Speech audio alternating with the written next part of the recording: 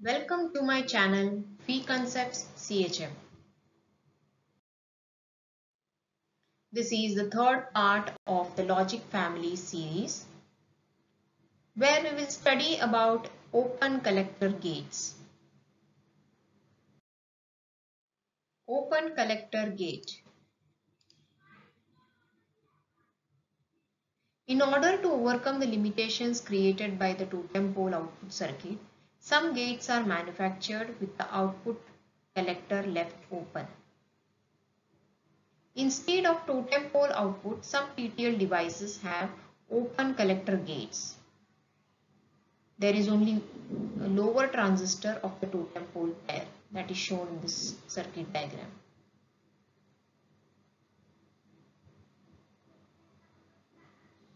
External pull-up resistor is necessary for the proper working of such gates. So there is an external pull-up resistor connected. Here the upper transistor is not there in the totem pole pair.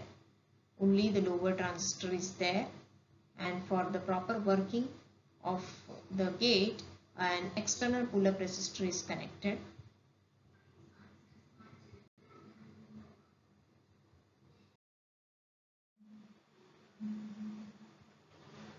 Output of open collector gates can be wired together and connected to a single common pull-up resistor that is shown in this diagram.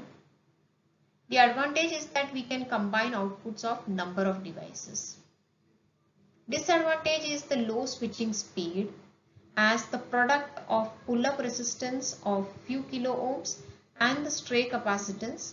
So the product will give the time constant, and that is relatively long. So the switching speed is low.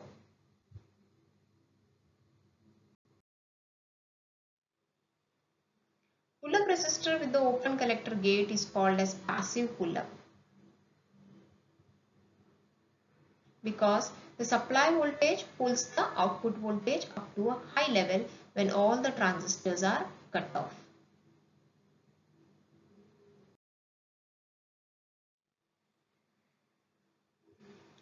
TTL devices cannot be used as a wired OR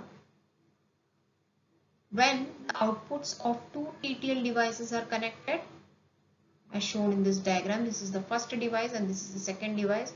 This is the totem pole pair for the first device and this is the totem pole pair for the second device.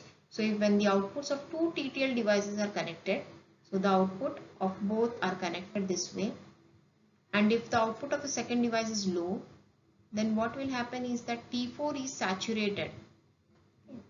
So output of second device, this is low, and hence we say that T4 is saturated and it will act like a short circuit. Also output of first device is high. So here the output of the first device is high.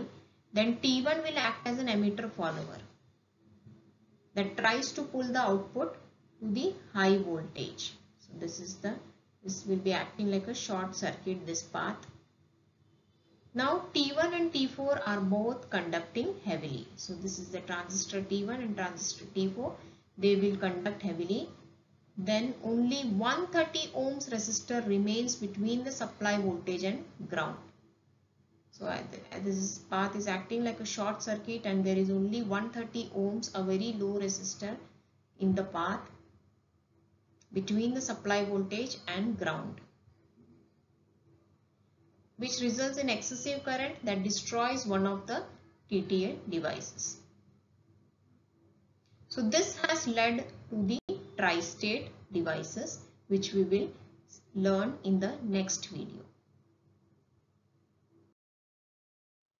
Thank you for watching this video.